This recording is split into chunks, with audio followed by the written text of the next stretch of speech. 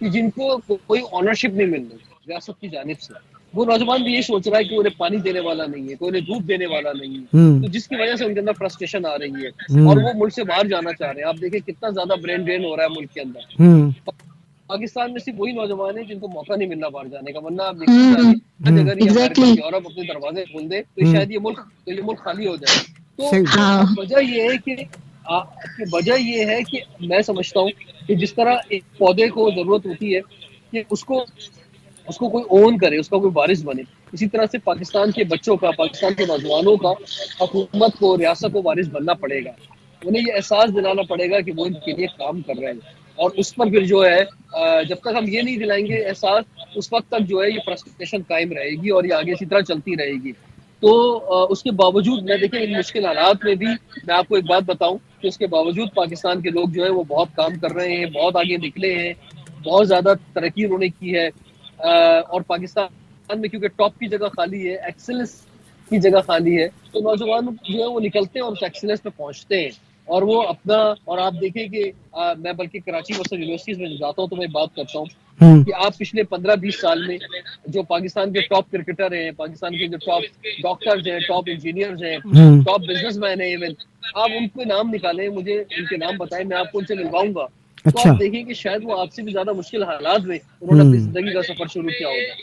جب یہ لوگ اس مقام پہ پہنچ سکتے ہیں تو آپ بھی پہنچ سکتے ہو, بلکہ شاید آپ ان سے بھی آگے جا سکتے ہو, کیونکہ پاکستان میں ٹاپ کی جگہ ابھی بھی خالی ہے. صحیح. اچھا جی رضوان صاحب, ایک سوال ہے آپ کے لیے. ماہی ہے کراچی سے, وہ کہتی ہیں کہ آپ نے بتایا کہ آپ انڈس ہاسپٹل میں ہوتے ہیں, تو اگر آپ سے رابطہ کر سکتے ہیں, کس طرح ہم سے رابطہ کیا جا سکتا ہے؟ ماہی کراچی سے. جی دیکھیں, میں انڈس ہاسپٹل میں ہوتا نہیں ہوں, انڈس ہاسپٹل کا برانڈ امبیسڈر ہوں.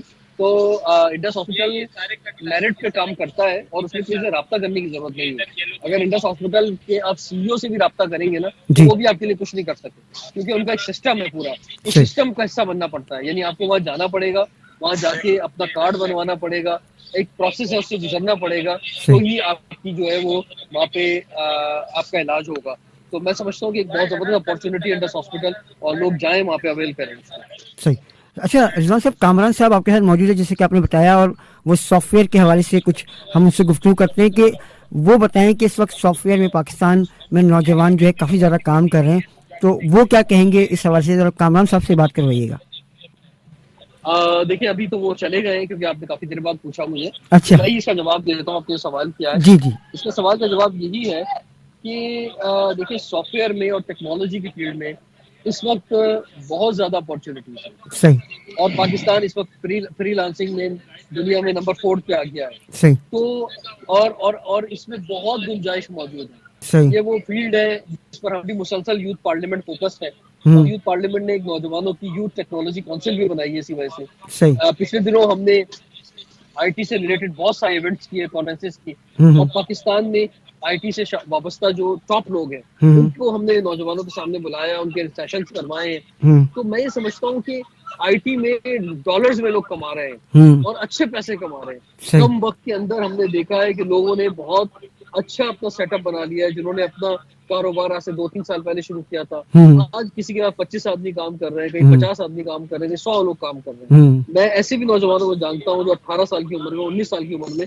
لاکھوں روپے کما رہے ہیں, واہ کیا اور بات. اور اور انہوں نے بڑی ترقی کی ہے. تو صحیح آپ کو, لیکن اس میں یہ ہے کہ ہر چیز میں محنت کرنی پڑتی ہے. ہوں تو آپ کو محنت کرنی ہوگی, آپ کو جو ہے وہ اسکل اپنی اچھی کرنی ہوگی, اور صحیح پھر اس کے بعد 6 سے 8 مہینے لگتے ہیں, 1 سال لگتا ہے, اس کے بعد آپ پیسے کمانے لگ جاتے ہیں آئی ٹی فیلڈ کے اندر. اچھا جی, ایک بالکل بالکل. اچھا جی رضوان صاحب, ایک میسج اور ہے, سارا کا اپارا اسلام آباد سے بات انہوں نے میسج کیا ہے. وہ کہتی ہیں کہ مجھے بھی یوتھ پارلیمنٹ کا حصہ بننا ہے, تو رضوان صاحب یہ بتائیے میں کیسے یوتھ پارلیمنٹ کا حصہ بن سکتی ہوں؟ جی, آپ اپنی ڈیٹیل جو ہے جس میں آپ کا نام ہے, آپ کی ایجوکیشن ہے, آپ کے شہر کا نام ہے, آپ کی ایج ہے, یہ 4-5 چیزیں اپنے بارے میں, ہمارا ایک نمبر ہے 0333555765. دوبارہ ریپیٹ کرتا ہوں 0333555765. اس پر آپ وہ ڈیٹیل بھیجیں تو آپ کو ود ان 24 آور رپلائی آئے گا, اور آپ کو انشاءاللہ انٹرویو کے لیے کال کر دے دی جائے گی, اور امید ہے کہ آپ کو ممبر بنا دیا جائے گا. اگر آپ اس کے علاوہ میں رابطہ کرنا چاہیں تو میرا نام رضوان جعفر, یا یوتھ پارلیمنٹ کے فیس بک پیجز پہ آپ جائیں, وہاں پہ ان باکس کریں اپنی ڈیٹیل, تو آپ کو فوراً رابطہ کیا جائے گا.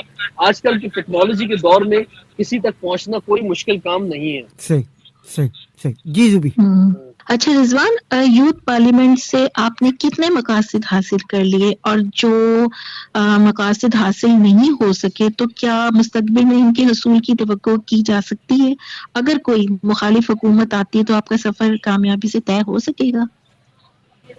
देखिए, हुकूमत कोई भी हो, इससे हमारा कोई फर्क नहीं पड़ता। न वजीर आजम हम बनाते हैं, न सदर हम बनाते हैं, न वजीर आला हम बनाते हैं, वो अवाम बनाती है। सही और वो जो भी गवर्नमेंट में होता है हम उसके साथ मिलकर काम करते हैं, चाहे वो किसी भी पार्टी से हो।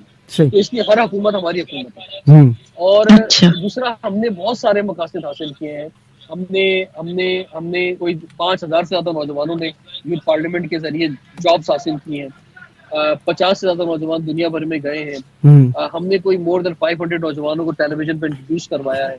हमने अच्छा। हमने ये बहुत सारी चीजें जो है वो अचीव की हैं। हमारी vote taking ceremony president house में, गवर्नर हाउसेज में होती है। अभी पिछले दिनों प्रेसिडेंट हाउस में हमारे 150 मेंबर्स ने हलफ उठाया।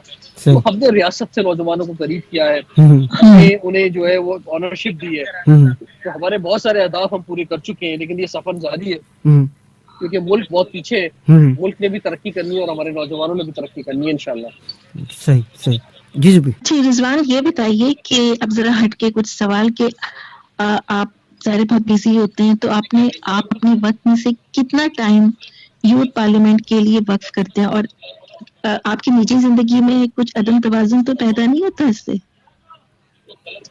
जी हाँ, ये एक बहुत मुश्किल काम है बैलेंस रखना, क्योंकि फैमिली को टाइम देना, और फिर जो है वो टीवी शोज भी हैं, फिर यूथ पार्लियामेंट भी है, फिर सोशल प्रोग्राम्स भी हैं, एनजीओज भी हैं, रोटरी क्लब का भी मैं प्रेसिडेंट हूँ। तो इस तरह बहुत मुश्किल होता है, नो डाउट चैलेंज। लेकिन बात ये है कि मैंने देखा है कि जो लोग मसरूफ होते हैं वही अपनी लाइफ को मैनेज कर पाते हैं। जो लोग फ्री होते हैं, फारिग होते हैं, हम उनसे मिलेंगे तो वो कहेंगे यार बहुत मसरूफ है, कर कुछ नहीं रहे होंगे। तो लेकिन जो मसरूफ होते हैं ना, वो सारे काम कर लेते हैं। सही सही हाँ, ये बात बहुत पते की है वैसे। अच्छा रिजवान साहब, क्योंकि प्रोग्राम के हम आखिरी हिस्से में आ गए हैं और तकरीबन लगभग हमारे पास सिर्फ 5-7 मिनट बाकी है। अच्छा ये बताइएगा, आप यूथ को क्या मैसेज ऐसा देना चाहेंगे कि हमारी यूथ ख़ास तौर पे जो कि अगर अब मैट्रिक कर रही है, उसके बाद फिर उसने कॉलेज में जाना है या यूनिवर्सिटीज़ में जाना है, वो वाली यूथ को आप क्या कहेंगे कि वो किस चीज़ पर तवज्जो ज़्यादा दे ताकि वो अपने इस मुल्क में अपना किरदार अच्छी तरीके से अदा कर सकें? देखिए, मैं सिर्फ नौजवानों से कहूँगा जो आपके तवज्जो से मुझे सुन रहे हैं, कि हर नौजवान में कोई एक सलाहियत ऐसी जरूर होती है कि जिसमें वो स्पेशलिस्ट बन सकता है। सही ये दौर स्पेशलिस्ट बनने का है, सही मास्टर ऑफ वन बनने का है, ठीक है? तो आप वो अपनी सलाहियत तलाश करें कि वो कौन सी ऐसी सलाहियत है। वो चाहे आप पेंटर हो सकते हैं, आप फोटोग्राफर हो सकते हैं, आप जो है वो कंप्यूटर एक्सपर्ट में कंप्यूटर के किसी खास शोबे में एक्सपर्ट हो सकते हैं, आप अच्छे इंजीनियर हो सकते हैं, अच्छे डॉक्टर हो सकते हैं, आप जो है वो अच्छे खिलाड़ी हो सकते हैं, अच्छे स्पोर्ट्समैन हो सकते हैं, आप एक्टर हो सकते हैं, आप एंकर हो सकते हैं, आप कुछ भी हो सकते हैं। लेकिन कोई एक खास चीज आपको मिलनी होगी कि आप क्या हो सकते हैं, और फिर उसमें मेहनत करें, फिर पीछे मुड़ के ना देखें।